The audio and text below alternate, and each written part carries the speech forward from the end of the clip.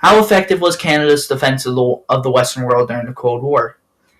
It wasn't really as effective as some may think, but Canada was one of the countries who were at the forefront of the Cold War in the divide of Western and Eastern worlds.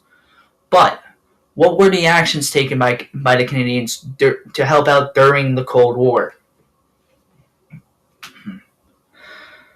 The efforts by Canada during the Cold War, as previously said, weren't really as much as people might think. Canada wasn't exactly on the front lines like the United States and some European allies, like the United Kingdom, France, and West Germany. Instead, Canada primarily focused on peacemaking, support, and staying vigilant.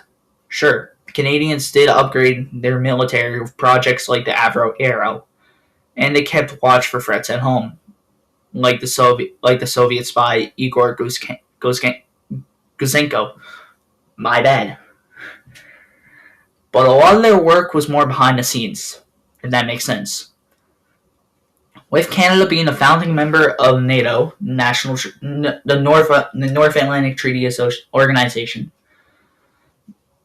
it meant Canada was committed to standing with their allies, even if they weren't leading the charge, so to say. And when they did get involved directly, like during the Korean War, it showed that they could step up when they had to.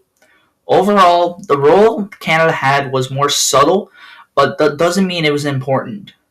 Canada helped keep balance during a tense time.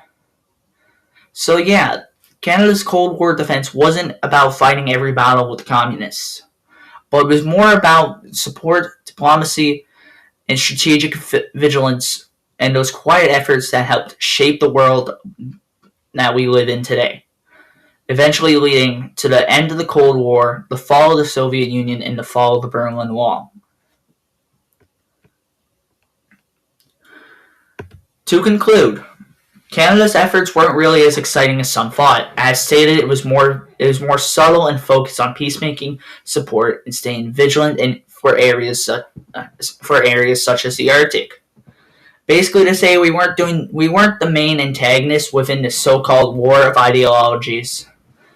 From the first rumbles of hatred to the fall of the Berlin Wall, this time period of history was not only interesting in terms of Canada, but within the world as well.